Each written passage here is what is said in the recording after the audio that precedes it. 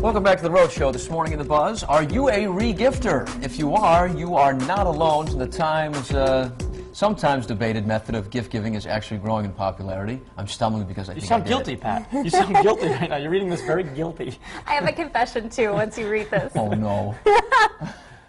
Oh no. Does this involve me? Yes. Did you re-gift something for me? You totally did. You haven't gotten it yet. A new poll shows 1 in 4 Americans, including Michelle Muscatello, pass their gifts on to others. 72% say they do it once in a while. The majority of re-gifters say they do it primarily because the gift is better suited for someone else. So apparently somebody gave Michelle, I don't know, like a Ferrari, and she figured, you know what, Patrick, you'd look a lot better in this than I would. It's red, top comes down. The first question on the Did you really docket today is, do you re-gift? I have... No, I'm not All right. Okay. Do I want to even ask you something? I've probably only done it a handful of times, but I did come across... So I moved recently, and I came across this one thing, and I was like, you know who this would be perfect for? Patrick Little. What was it, breath mints? An old toothbrush I think I used to clean the grout with in our kitchen. No, so I don't know. I was thinking about giving it to you for Christmas. It's not... No, here's my regifting theory, okay?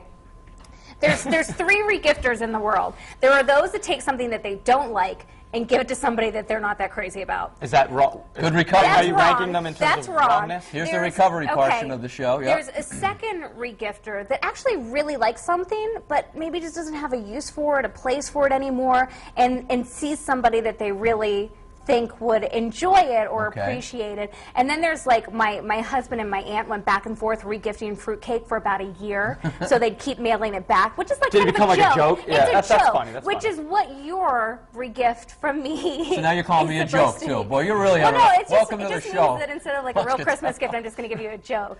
Okay. The only time I've had enough ever of you. done this, I'm pretty sure I've never regifted, but I know you get a lot of holiday parties to go to. You're running from one family member to another. I think in the past I've grabbed like a bottle of wine that someone gave me and then brought it to like a party and said, you know, whatever. I'm pretty sure I've done that, but I don't think I've re-gifted anything. Is it tacky? Is it frugal? You think it's cool? I mean, you know, if you've got... If you honestly get something that somebody else genuinely would really, really like and maybe you don't have much use for it, off the top of my head, if, I don't know, if Pete's not a hockey fan or something like that and he got, you know, something for hockey that maybe Connor would like, I think that's almost like a nice gesture, and it's, you know, it's technically regifting, but... You have to be careful, though, in the crowd that you regift in, because my mother's stepmother has regifted her own, like my mother's gifts to my stepmother. She's regifted those, apparently, and so my mom, like, comes across them. She's like, I swear, I gave her this last year. Yeah, because then you have to, then you regift, and then you have to de-gift, and then it's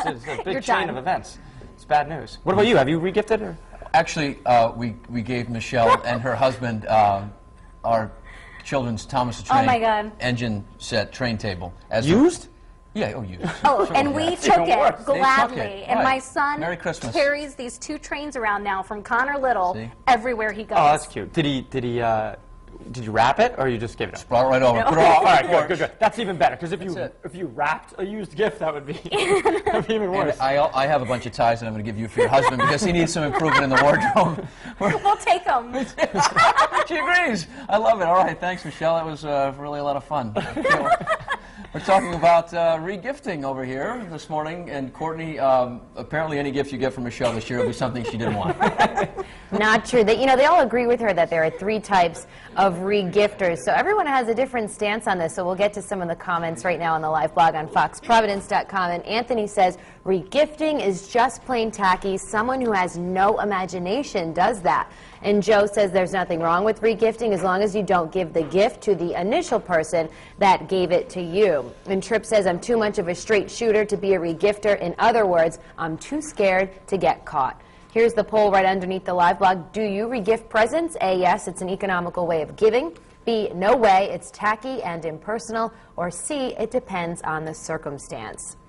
Lots of comments on our Facebook page today, and we'll start with Donna Mitchell, and she says she rarely does it. Most people know what I like, and so they get me what I need or want. Amanda Spitznagel says, I can see regifting if an item was given that I would never use and someone else would really benefit from it, but the situation has never happened to me personally. And Robin Peck says, I have done it and feel that if I can't use something and someone else can, at least the gift is not wasted and just doesn't sit in what I refer to as the gift graveyard. So there's where everybody stands this morning. Weigh in on our poll if you have a second. In about 30 minutes, we'll have the results to see what you all think of regifting.